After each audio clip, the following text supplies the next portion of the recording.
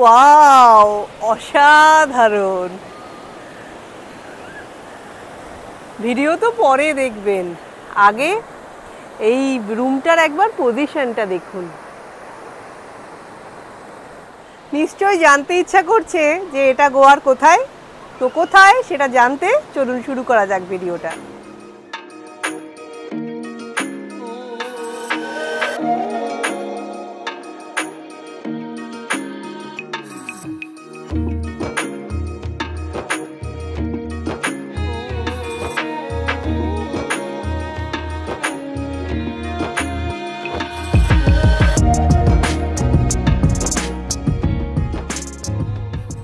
নমস্কার, আমি অনন্যা।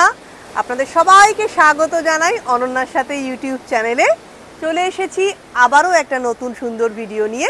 আর এই সুন্দর ভিডিওটা হচ্ছে এই সুন্দর জায়গাটার। এই ভিডিওতে ঘুরিয়ে দেখাবো আপনাদের সাউথ গোয়া। এই সাউথ গোয়ার কোথায় ছিলাম, একদম বিচের ওপরে হোটেল, তার সমস্ত তথ্য, সাইট সিনে কী কী দেখলাম, কী কী খেলাম, কত খরচ পড়লো, সব তুলে ধরবো আজকের এই ভিডিওটাতে। আমাদের গোয়া সিরিজের নর্থ গোয়া, পাঞ্জিম, সাউথ গোয়া সমস্ত ভিডিওগুলো আপনারা দেখবেন। কোনো কোয়ারি থাকলে নির্দ্বিধায় করবেন। আর কেমন লাগলো জানাবেন। ভালো লাগলে লাইক, শেয়ার, কমেন্ট করে চ্যানেলটা সাবস্ক্রাইব করে এভাবেই দেখতে থাকুন। গোয়া সিরিজের আজ আমাদের তৃতীয় পর্ব। আগের পর্ব শেষ করেছিলাম পাঞ্জিম ও ডিনার ক্রুজ দিয়ে। প্রথম ও দ্বিতীয় পর্ব মানে নর্থ গোয়া ও পাঞ্জিমের ভিডিও যদি না দেখে থাকেন তাহলে সেগুলোও দেখে নেবেন। সাউথ গোয়া যাওয়ার পুরো পথটাই পাহাড়ি পথ ও সবুজে সবুজ। পৌঁছে গেলাম সাউথ গোয়ায়। এই আমাদের হোটেল মোশ বাই দ্য শোর। আমরা এগোরা থেকেই সি ভিউ রুম বুক করেছিলাম এখানের, ও পেও করেছিলাম। চেকিংয়ের সময় সকলের আইডি প্রুফ দেখাতে হয়েছিল। এখানে অনেক রকমই রুমের অনেক ধরনের রুম ছিল, পরে রিসর্টটা আবার ঘুরিয়ে দেখাবো। আপাতত আমরা চেক ইন করে আমাদের যে নিজস্ব রুমটা সেটাই আগে যাই। সিঁড়ি দিয়ে উঠে পরপর এই 4টি রুমই হলো সি ফেসিং রুম, তবে নিচের কটেজগুলো কিন্তু বেশ সুন্দর। পাঞ্জিম থেকে ডাইরেক্ট সাউথ গোয়া আসতে 2 ঘন্টা সময় লাগে। আর কেউ যদি নর্থ গোয়া থেকে আসে তাহলে এই 2 ঘন্টার সাথে আরও 30 মিনিট বা 40 মিনিট সময় এক্সট্রা লাগে। আমরা যেমন পাঞ্জিম থেকে সাউথ গোয়া এলাম, চেক ইন করলাম জাস্ট। চলুন আপনাদের এবার আমাদের ঘরটা ঘুরিয়ে দেখাই। এটা একদম পালোলেম বিচের ওপর। জাস্ট এর পজিশনটা একবার দেখুন। রুম তো আমি দেখাবই, তার আগে শুধু পজিশনটা একবারে দেখাচ্ছি। এই যে ওয়াও, এই হলো পালোলেম বিচ। আর একদম এই বিচের ওপরেই হলো আমাদের এই রুমটা। এর থেকে তো ভালো পজিশন হতেই পারে না। এবার হোটেলের যে ফিডব্যাক ভালো মন্দ সেগুলো তো আমি পরে শেয়ার করব। এবার চলুন রুমটাও একটুখানি দেখিয়ে দিই কী কী ফেসিলিটিস আছে। প্রথমেই বলি সেটা হচ্ছে যে একটা কিং সাইজ বেড রয়েছে। যদিও এই রুমটাতে দুজনের জন্য, যে কোনো 3 জন থাকলেই কিন্তু এক্সট্রা পার্সনের জন্য চার্জ দিতে হচ্ছে। এছাড়া একটা আলমারি রয়েছে, বেডসাইড টেবিল, এসি, লাইট, পাখা নেই, পাখা দেখতে পাচ্ছি না, টিভি, টেবিল, চেয়ার আর চায়ের সমস্ত সরঞ্জাম রয়েছে, ডেকোরেশন। আর এই হচ্ছে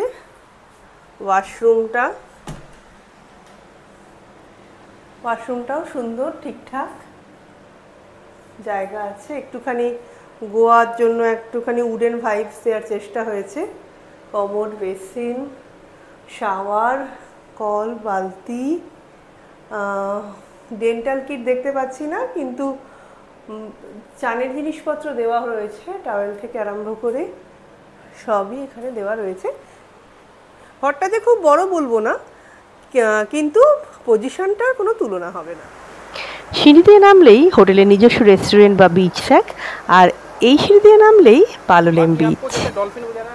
আমরা তো রুমে একটু ফ্রেশ হয়েই এই নিচে চলে এসেছি। নিচেরটা হচ্ছে এই হোটেলেরই একটা রেস্টুরেন্ট কাম ক্যাফে। তবে যদি কেউ এই হোটেলে নাও থাকে তারাও কিন্তু এখানে এসে এই বিচ সাইড ক্যাফেটাই খেতে পারে। একদম পালোলেম বিচের ওপর রুমটা দেখিয়েছি, এবার রেস্টুরেন্টের ভিউটাও আপনারা দেখে নিন। এই যে এই টেবিলটায় আমরা বসবো, এই টেবিলটায় বসে আমরা এখন এই পালোলেম বিচের ভিউ দেখতে দেখতে আমরা লাঞ্চটা সেরে ফেলবো। বিচে ওই বাচ্চাগুলো যে ওই বালি নিয়ে খেলা করছে, আমার মেয়ের ছোটোবেলার কথা মনে পড়ছে। আগে যখনই আমরা কোনো সমুদ্রের ধারে যেতাম, ও ওই বালতি বেলচা এগুলো কেনার জন্য বায়না করতো। সে এখন বড় হয়ে গেছে। আর এই নর্থ গোয়াতে খুব একটা দেখিনি, সাউথ গোয়াতে কিন্তু অনেক ফরেনার, মানে এই পালোলেম বিচে কিন্তু অনেক ফরেনারকে দেখতে পাচ্ছি। একদম আমাদের রুম থেকেই সানবাথ করতে প্রচুর ফরেনার দেখতে পাচ্ছি, আসার সময়ও দেখতে পেলাম। অনেকক্ষণ অপেক্ষা করার পর আমাদের খাবার এসেছে, মিক্সড নুডলস, আর আমাদেরটা হচ্ছে চিকেন মাঞ্চুরিয়ান। ঝপঝপ খেয়ে ফেলি, খুব খিদে পেয়েছে। সাউথ গোয়া আসতেই আমাদের দুপুর গড়িয়ে গেছিল, আর ফ্রেশ হয়ে লাঞ্চ করতে করতেই বিকেল হয়ে গেল। বাবা মেয়ের ফটো সেশন চলছে। ওই হচ্ছে মোস্ট বাই দ্য শোর, আর ওটা হচ্ছে আমাদের রুমটা। আমাদের আশেপাশে আরও কটা বিচ হোটেল রয়েছে।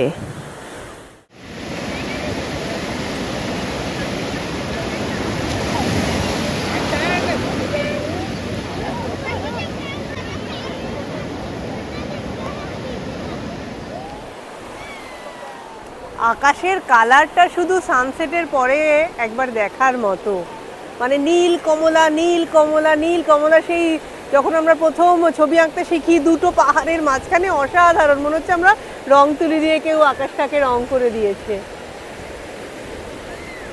এই সন্ধেবেলাতে এখনো প্রচুর মানুষ জলের মধ্যে কায়াকিং করছে। বাবা, সত্যি তাদের সাহস আছে।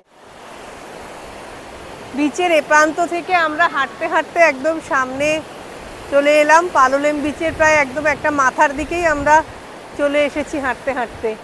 যেখানেই হোটেলে থাকেন না কেন, বাটারফ্লাই বিচ যেতে গেলে কিন্তু পালোলেমেই আসতে হবে, আর এই বোটগুলোতেই উঠতে হবে। সকাল 7টা থেকেই বোটগুলো চালু হয়ে যায়, আর 400 টাকা পার হেড টিকিটের মূল্য শেয়ার বোটে। সন্ধ্যের আলোয় নারকেল গাছগুলোকে কি সুন্দর মায়াবী লাগছে।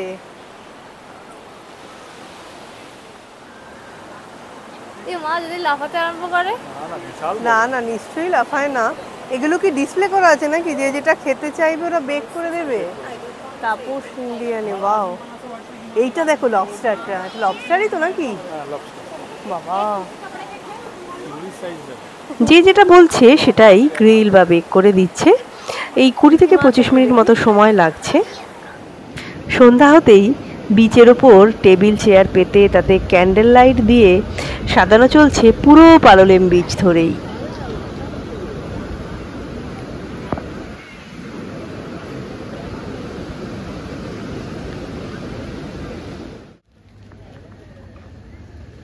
চলে এসেছি পালোলেম মার্কেটে। ব্যাগের দোকান প্রচুর, সাথে বিভিন্ন রকম বিচ আইটেম, অন্যান্য গিফট আইটেম ছাড়াও প্রয়োজনীয় জিনিস, অনেক খাবারের দোকান, ওষুধের দোকান, ফলের বাজার সবই এখানে দেখতে পেলাম। আর অনেক রাত অবধি এই মার্কেটটা খোলা থাকে।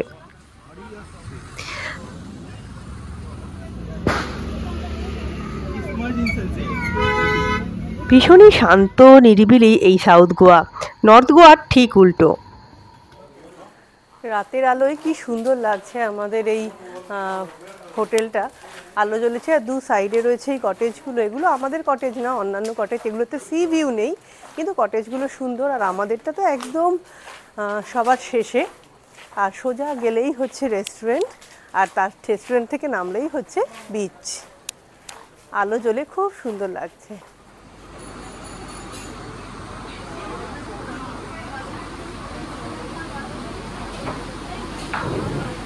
দূর থেকে এই সমুদ্রের গর্জন শোনা যাচ্ছে।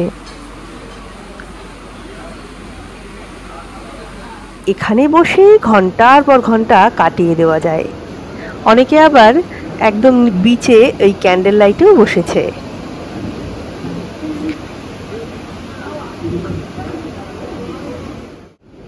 সমুদ্রের ধারে বসেই ফিশ অ্যান্ড চিপস খেতেও কিন্তু বেশ লাগছিল।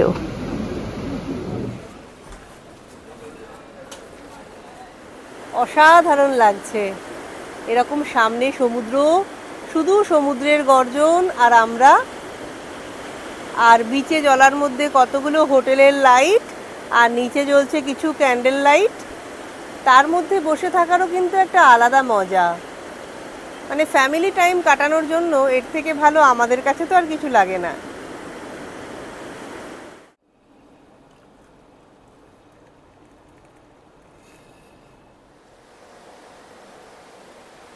সকাল সকাল কেউ ঘরের বিছানা থেকে সমুদ্র দেখছে, কেউ বারান্দায় থেকে সমুদ্র দেখছে। মানে ঘর থেকেই এত সুন্দর সমুদ্র দেখা যাচ্ছে, ফলে আর কাউকে কষ্ট করে নিচে বিচে যেতে হচ্ছে না।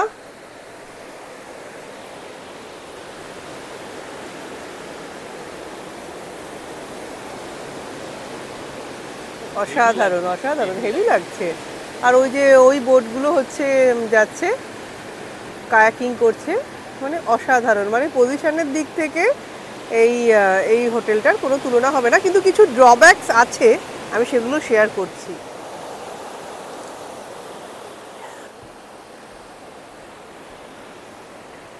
গুড মর্নিং সবাইকে সাউথ গোয়া থেকে। সাউথ গোয়াতে আমাদের আজকে দ্বিতীয় দিন। সকাল সকাল চা নিয়ে চলে এসেছি এই সমুদ্রের ধারে। ব্রেকফাস্ট এই হোটেলে রুমের সাথে কমপ্লিমেন্টারি নয়। অনেককেই দেখলাম হোটেল হয়তো তাদের অন্য কোথাও, তারা কোনো একটা বিচ স্যাকে সারাদিন কাটিয়ে সেখানেই খাওয়া দাওয়া সেরে সমুদ্রে স্নান করে দিন শেষে ফিরছে। আর এই বিচ স্যাকগুলোতেই তাই চেঞ্জিং রুমও রয়েছে। যাই হোক, কৌশিক ও রাই চলে গেছে স্নান করতে, আমিও যাই আরব সাগরে স্নানটা সেরেই ফেলি।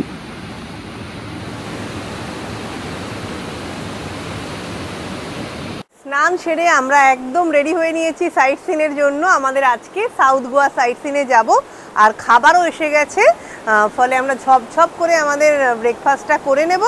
করে নিয়েই আমরা কিন্তু এই সাইট সিনের জন্য বেরিয়ে যাব। ব্রেকফাস্টে আমরা অর্ডার দিয়েছিলাম আলু পরোটা, যেটা ওরা আচার এবং দইয়ের সাথে পরিবেশন করেছে, টমেটো কেচাপ দিয়েছে, আর চিকেন স্যান্ডউইচ যেটা চিপস দিয়ে দিয়েছে, একটা অরেঞ্জ জুস আর একটা চা। এই হচ্ছে আমাদের ব্রেকফাস্টের মেনু। এত সুন্দর একটা হোটেল বিচ সাইডে, এত সুন্দর হোটেল, কিন্তু তার এটাই হচ্ছে তার এন্ট্রিটা কিন্তু একদমই ভালো না, কাঁচা। বৃষ্টি না হলে ঠিক আছে, বৃষ্টি হলে কিন্তু কাঁচা রাস্তায় একদম জলও জমছে। পার্কিং টার্কিং সবই আছে, বাঁদিকেই হচ্ছে পার্কিং, কিন্তু বেরোনোর রাস্তা, ঢোকার রাস্তা সেই হচ্ছে এরকম সরু রাস্তা দিয়ে রোডে পড়ছে আর কি। গোয়াতে যেখান থেকেই গাড়ি ভাড়া নেন না কেন, নিয়ম হলো প্রথম 8 ঘন্টা বা 80 কিলোমিটারের জন্য একটা ভাড়া নেয়, যেটা আমাদের পড়েছিল 2700 টাকা। তবে এই ভাড়া কিন্তু ফিক্সড একেবারেই নয়, যত বার্গেনিং করতে পারবেন তত লাভ করতে পারবেন। চলে এসেছি আমরা পাটনেম বিচে। পালোলেম বিচের খুবই কাছে হচ্ছে পাটনেম বিচ। গাড়িতে আমাদের সময় লাগলো মাত্র 5 মিনিট। সেখানে গাড়ি পার্ক করে হেঁটে আমরা এই পাটনেম বিচে এলাম। এখানেও বিচ সাইড আমাদের মতো কিছু হোটেল রয়েছে, কিন্তু সংখ্যায় সেগুলো খুবই কম। আর এটাও একটা ছোট্ট বিচ, এখানে সবুজের পরিমাণ আরও বেশি এবং জলটাও খুব পরিষ্কার। প্রচুর ফরেনার সানবাদ করছে। আমি তো এটা দেখেই খুব অবাক লাগছে আমার, যে আমি নর্থ গোয়া ঘুরে সাউথ গোয়া এসে আমি এত ট্যান হয়ে গেছে, যেটা ভেবেই আমার কষ্ট হচ্ছে। আর কেউ কেউ ইচ্ছা করে সানবাদ করে কালো হচ্ছে। মানে মানুষের ভাবনা সত্যিই কত পার্থক্য।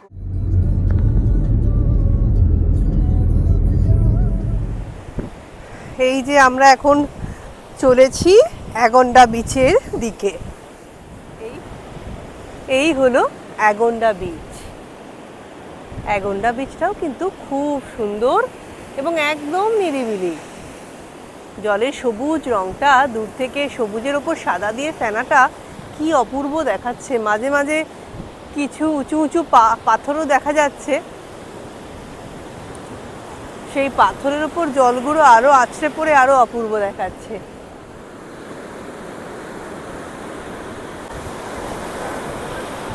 এখানেও কিন্তু আপনারা চাইলে অনায়াসে থাকতে পারেন। তবে এখানে আছে, আমরা যেরকম পালোলেমতে আছি ওরকম কিছু অল্প সংখ্যক বিচ স্যাক আছে। যদি একদম নিরিবিলিতে থাকতে চান তাহলে অ্যাগন্ডাতে থাকতে পারেন, প্রকৃতির মাঝখানে সমুদ্রকে এনজয় করতে পারেন। আর পালোলেম হচ্ছে যেখানে প্রকৃতিও আছে, লোকজন আছে, আবার প্রয়োজনীয় জিনিসপত্রও রয়েছে, এছাড়া পাটনেমেও থাকতে পারেন, অল্প সংখ্যক সেখানেও বিচ স্যাক পেয়ে যাবেন। আর হোটেল আছে চারিদিকে ছড়িয়ে রাস্তার দুধারে।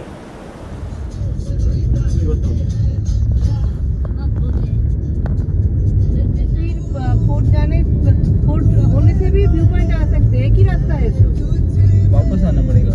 हाँ तो व्यू पॉइंट पहले देख लेते। আমাদের নেক্সট স্পট হচ্ছে কাবো দে রামা ফোর্ট। যে কাবো দে রামা ফোর্টে কানাকোনা আমরা চলে এসেছি।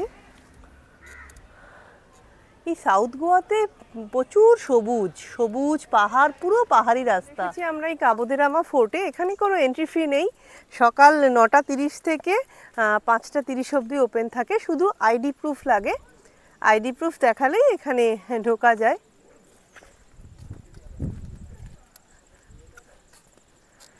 সামনে দেখতে পাচ্ছি ওটা মনে হচ্ছে একটা চার্চ। চারিদিকে সবুজ আর সবুজ, ফলে রোদ হলেও কিন্তু গরমটা অতটা লাগছে না।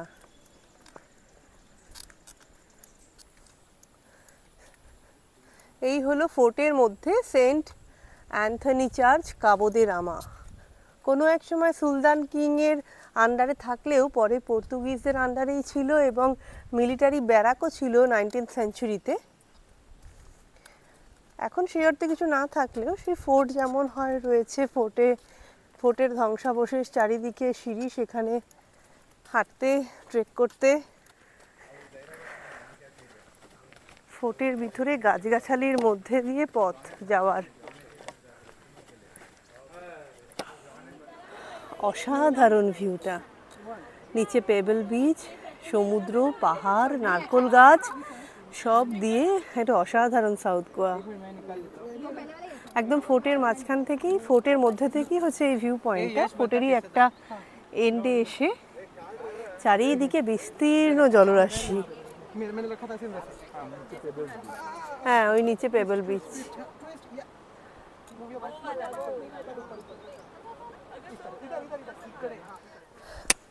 আমরা এখন পেবেল বিচের দিকে নামছি।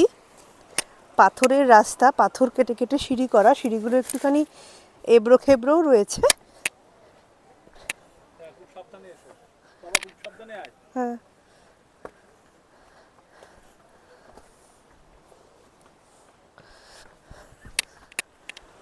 কষ্ট করলে তবে কেষ্ট মিলবে, সেই আশায় আমরা নিচের দিকে যাচ্ছি। কারণ নিচের দিকে অসাধারণ ভিউ আমরা উপর থেকে দেখে নিয়েছি। এখানে আবার একটা ছোট ক্যাফেও রয়েছে। হাঁফিয়ে গেলে চা, কফি, ড্রিঙ্কস, তারপর আবার হাঁটো।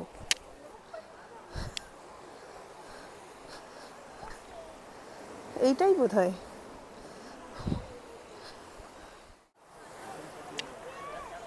অবশেষে অনেক খাড়াই খাড়াই সিঁড়ি পেরিয়ে আমরা পৌঁছালাম পেবেল বিচে, এবং অসাধারণ।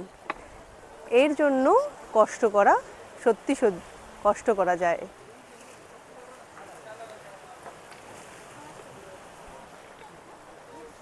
এই প্রথম গোয়াতে কোনো পাথরের বিচ পেলাম। গোয়ার সমস্ত জায়গাতেই এই সুইট লাইম ওয়াটার বিক্রির খুব চল দেখলাম, আর অনেকটা হেঁটে এসে খেলে সত্যিই ভালো লাগছে। এই হলো সেই কাবো দে রামা ভিউ পয়েন্ট। অসাধারণ ভিউ, মানে পুরো একটা সাউথ গোয়ার যদি প্যানোরামিক ভিউ বলা যায়, এটা হচ্ছে এটা। এখানে সমুদ্র, পাহাড়, নারকেল গাছ, বিস্তৃত সমুদ্র, তার মাঝখানে উঁচু উঁচু পাহাড়, অপূর্ব। আর এই পাশ দিয়ে নেমে যাচ্ছে কেপ গোয়ার এন্ট্রি পয়েন্ট। আর এই নিচেই হচ্ছে কাবো দে রামা সি বিচ।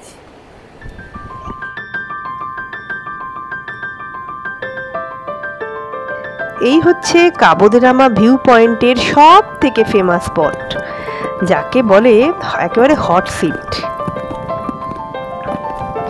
এখান থেকে সানসেটটাও অপূর্ব লাগবে। সানসেটের সময় প্রচুর ভিড়ও হয় তাই এখানে।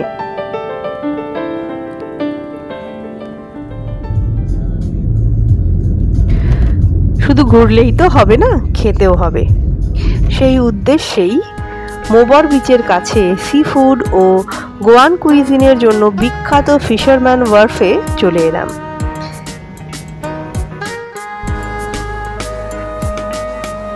এত সুন্দরভাবে সাজানো, পুরো একটা মানে কি বলবো, সুন্দর একটা থিম, বিভিন্ন জায়গায় বিভিন্নভাবে সাজানো। প্রথম দেখাতেই ভীষণ ভালো লাগলো, বাইরে থেকে এটুকু বলতে পারি। আমরা সাধারণত কোথাও বেড়াতে এলে সেখানকার বিশেষ খাবারও খেয়ে দেখি, ফলে যারা ভাত বা রুটি খেতে পছন্দ করেন তারা কিন্তু একদম চিন্তা করবেন না, এখানে কিন্তু ভাত, মাছ, রুটি সব ধরনের, সাউথ ইন্ডিয়ান সব ধরনের খাবার পাবেন। সাইট সিন করতে করতে মাঝখানে লাঞ্চ করতে আমরা চলে এসেছি ফেমাস ফিশারম্যান ওয়ার্ফে। সাউথ গোয়াতে এই ফিশারম্যান ওয়ার্ফটা হচ্ছে মোবর বিচের কাছে। দারুণ অ্যাম্বিয়েন্স, অনেকটা বড়, বিভিন্ন রকমভাবে সিটিং অ্যারেঞ্জমেন্ট আছে, প্রচুর বড়, প্রচুর বসার জায়গা, বিভিন্ন বার কাউন্টার, এমনি খাবার, সব কিছু। সি ফুড তো ফেমাস এখানে, আমরা সবাই জানি। আর একদম জলের ধারে ট্রলারগুলো দাঁড়িয়ে আছে পরপর। একটা বেশ দারুণ অ্যাম্বিয়েন্সে লাঞ্চ হোক, ডিনার হোক বা দিনের বিভিন্ন সময় এলেই কিন্তু এখানে। আমরা যা অর্ডার দিয়েছিলাম সেগুলো চলে এসেছে, মোটামুটি 10-15 মিনিট সময় লেগেছে। আমাদের তারাও আছে, সাইট সিন আমাদের এখনো শেষ হয়নি, তাই আমরা অন্য কিছু ট্রাই না করে একদম traditional fish and chips order দিয়েছি। আর একটা প্রন অর্ডার দিয়েছি, যেটা ফ্রাইড প্রন গোয়ান স্টাইলে, সাথে ওরা ব্রেডের সাথে পরিবেশন করেছে।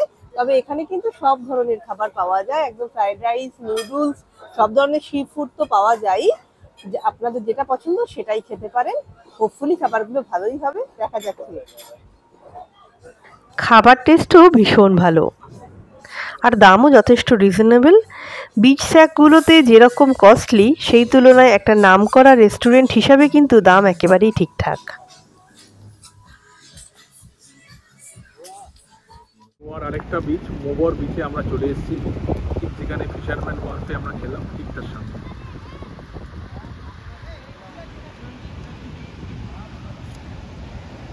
এখানেও আপনারা আসতে পারেন। এখানে খুব বেশি দোকানপাট নেই, অল্প স্বল্প আছে, কিন্তু তাও এসে ঘুরে যেতে পারেন যদি এখানে আসেন।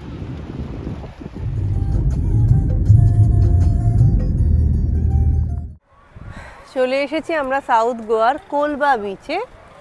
এই কোলবা বিচ এসেই মনে হচ্ছে এটা অনেক পুরনো, যে পালোলেম, পাটনেম এগুলো তুলনায় অনেক দিন পুরনোই যে বিচটা, সেটা বিচটার গঠন, বিচটার চারপাশে গজিয়ে ওঠা দোকান, bus stand, auto stand, taxi stand দেখেই বোঝা যাচ্ছে। তো আজকে আমাদের আপাতত মনে হচ্ছে এটাই আমাদের লাস্ট ডেস্টিনেশন হবে, এবং এখান থেকেই আমরা সানসেট দেখব। একদম সমুদ্রের ধারে রিল্যাক্স করে সানসেট দেখে আমরা ব্যাক করব। একটা জিনিস দেখে ভালো লাগলো, পুরো গোয়াতেই, সেটা নর্থ হোক বা সাউথ হোক, পুরো বিচে কিন্তু এই গাড়িগুলো একদম রেডি রয়েছে যে জলের কে কোথায় যাচ্ছে, জলের সানসেটের ঠিক আগে বা পরে যদি কেউ অনেকটা দূরে জলের থাকছে তো তাকে ওয়ার্নিং দেওয়া, তাকে সেই মতো তুলে নেওয়া আসা লক্ষ্য করছে আর কি। সব বিচেই এই গাড়িগুলো দেখতে পাচ্ছি।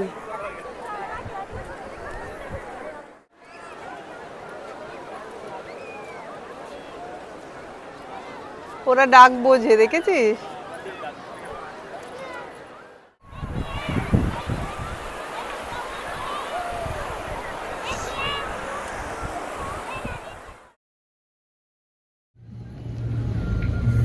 কোলবা বিচ থেকে ফেরার পথে এই লোকাল চার্চটা, সাথে স্কুল, হোস্টেল ও পাশে দেখলাম বেশ বড় ও সুন্দর। কোথায় পালোলেমে আমাদের হোটেল, আর ঘুরতে ঘুরতে আমরা চলে এসেছি এখন কোলবা বিচে। এতটা পথ আবার আমাদের এবার ফেরার পালা। অনেকটাই রাত হলো ফিরতে। একেবারে রেস্টুরেন্ট থেকে ডিনার সেরেই আমরা রুমে ফিরলাম। আমাদের রুমটার ভাড়া এক রাতের দুজনের জন্য 5,500 টাকা, আর আরেকজন এক্সট্রা থাকার জন্য 1,500 টাকা পে করতে হয়েছিল পার নাইট। সারাদিনের ক্লান্তিতে ভেবেছিলাম ঘুমিয়ে পড়ব, কিন্তু এই জায়গায় বসার টানকে অস্বীকার করতে পারলাম না। ক্লান্তি নিয়েও অনেক রাত অবধি বসে থাকলাম আমরা এখানে। সাউথ গোয়াতে আজ আমাদের তৃতীয় দিন।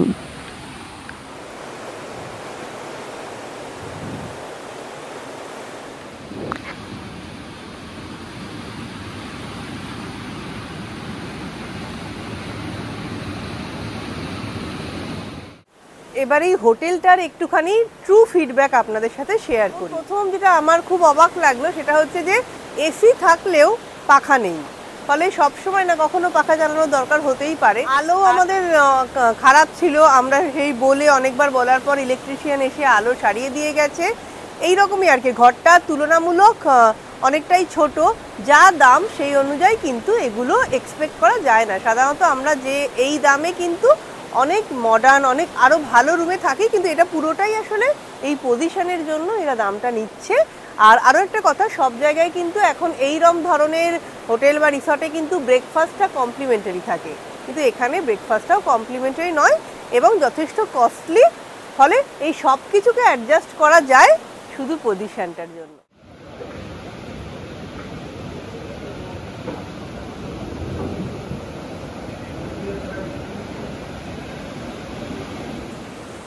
এইখান থেকে কায়াকিংয়ের স্টার্টিং পয়েন্ট এটাই। বড় বড় সমুদ্রের ঢেউগুলো বড় বড়, ফলে কায়াকিংয়ে স্টার্ট করিয়ে দিচ্ছে ওরা। কায়াকিংয়ের বোটের ভাড়া 500 টাকা। একার মতো বোট আছে, আবার একসাথে দুজন চালানো যাবে এরম বোটও আছে। আজকে আমাদের গোয়ায় শেষ দিন, মনটা সত্যি খারাপই লাগছে। এত সুন্দর জায়গাতে কাটিয়ে এবার চলে যেতে হবে, যেতে তো হবেই, কারণ সময় তো আমাদের জন্য কারুর জন্যই থেমে থাকে না। তাই যতটা সময় পারা যাচ্ছে, সকাল থেকে আমরা একদম বিচে চলে এসেছি, অনেকক্ষণ কাটালাম বিচে, যথেষ্ট পরিমাণে ট্যান হয়েছি। আর তারপরে ফিরে গিয়ে এখন ব্রেকফাস্ট সেরে ফাইনাল লাগেজ প্যাকিং করতে হবে, তারপর তো চেক আউট। কিরে এবার চল, ঘন্টার পর ঘন্টা হয়ে যাচ্ছে, তুই তো আর ফেরার নাম করছিস না। তোর চুলের এই ব্রিডিং গুলো কিন্তু দিব্যি আছে, দেখ সাবান শ্যাম্পু সবকিছুই করা হয়েছে, এত সুন্দরভাবে বেঁধেছে যে সেই কবে এসেছিল সেইটা কিন্তু দুটো ব্রিডিং এ কিন্তু এই যে টং। যদি আমাকে জিজ্ঞেস করো সব থেকে ভালো জায়গা আমার লেগেছে পাঞ্জিম। পাঞ্জিমকে আমার খুব ভালো লেগেছে, পাঞ্জিমে থাকার কথা রয়েছে, তোমারই মনে হয় অসাধারণ লেগেছে। পুরো জায়গাটা, অ্যাম্বিয়েন্স, হোটেল এরিয়া পুরো সেই আমার থাকা ইউকের মতো লেগেছে। আর এখানে বলতে গেলে পালোলেম যেখানে আমরা আছি, অসাধারণ বিচ। আপনারাও যদি আসেন চেষ্টা করবেন সাউথ গোয়ায় পালোলেম বা অ্যাগন্ডায় থাকতে, এর থেকে ভালো বিচ হয় না। এবার পালোলেমকে, সাউথ গোয়াকে আমাদের বিদায় জানানোর পালা। চেক আউট করবো আমরা, চেক আউট করে এবার আমরা ড্যাবলিম এয়ারপোর্টের দিকে রওনা হব।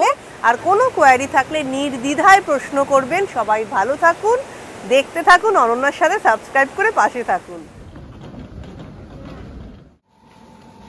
এয়ারপোর্ট যাবার গাড়ি আমরা হোটেল থেকেই নিয়েছিলাম। হোটেল থেকে আমরা 12টা নাগাদ রওনা হলাম ড্যাবলিম এয়ারপোর্টের উদ্দেশ্যে। এয়ারপোর্ট পালোলেম থেকে 70 কিলোমিটার মতো দূরে। পৌঁছাতে আমাদের সময় লাগলো 1.5 ঘন্টা। আর গাড়ি ভাড়া পড়লো এয়ারপোর্ট ড্রপের জন্য 2500 টাকা। আমাদের ফ্লাইট ছিল 3:30 মিনিটে ড্যাবলিম থেকে ডাইরেক্ট কলকাতা। যে কোনো ছুটির সময় বা উইকেন্ডে সিকিউরিটি চেকে কিন্তু এই এয়ারপোর্টে বেশ সময় লাগে, সেই সময়টা হাতে নিয়েই আপনারা আসবেন। কিন্তু